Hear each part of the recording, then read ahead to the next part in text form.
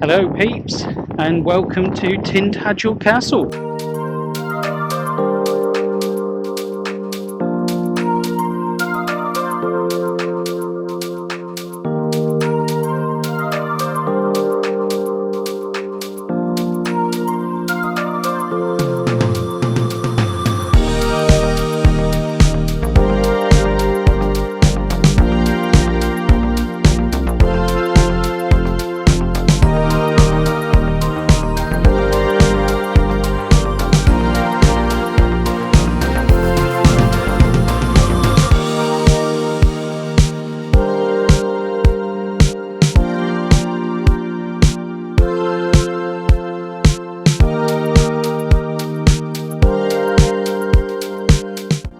This absolutely gorgeous footbridge was opened on the 11th of August 2019.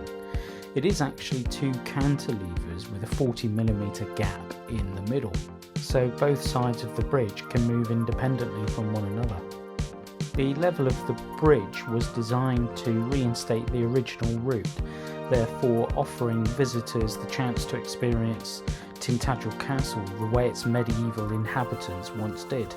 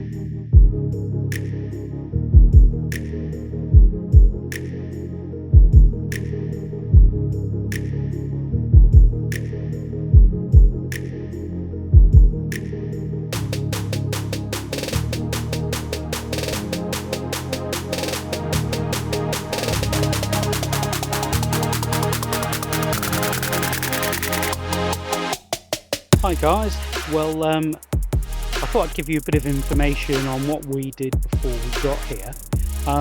We booked our tickets online. I think it was £17.20 each, so it's a little bit cheaper, and that was also without a donation, so we made a donation when we got here anyway. And as you can see, we've been quite lucky with the weather today, so yeah, all very nice. It's worth a visit, even if you want to come in for a picnic, have a walk around, walk the dogs and that sort of thing. So happy watching.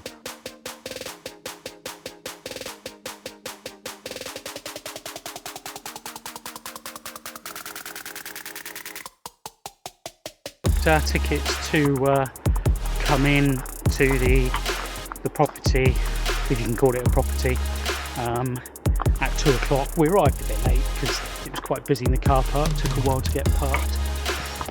Tintagel itself was really busy, not quite as busy here actually on site, but the time is it's nearly 4 o'clock now, and it's actually got a lot quieter, so much nicer weather's got better too, so I think we've timed it just right.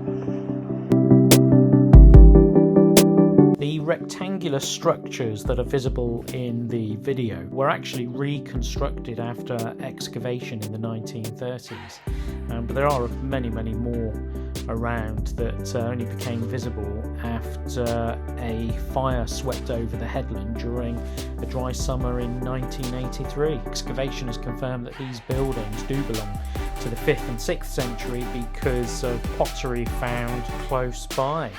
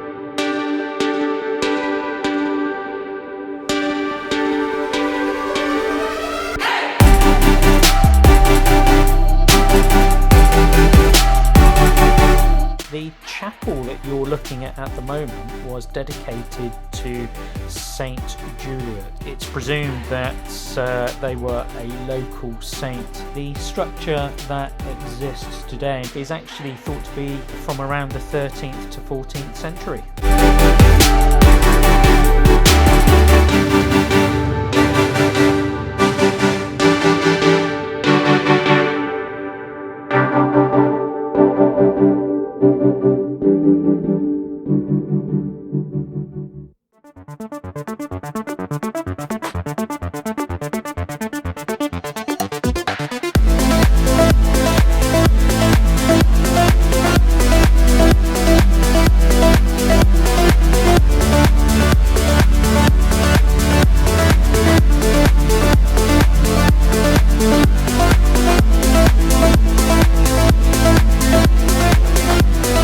I'm sure most of you have heard about the Arthurian legends concerning King Arthur and the Knights of the Round Table. Tintagel gained literary fame when Geoffrey of Monmouth named it as the place where King Arthur was conceived.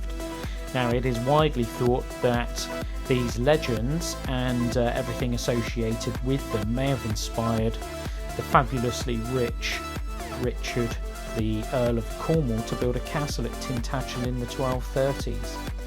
I mean, whether you believe the legends or not, the fact is it's an absolutely beautiful place to come and visit, and definitely one that I would recommend.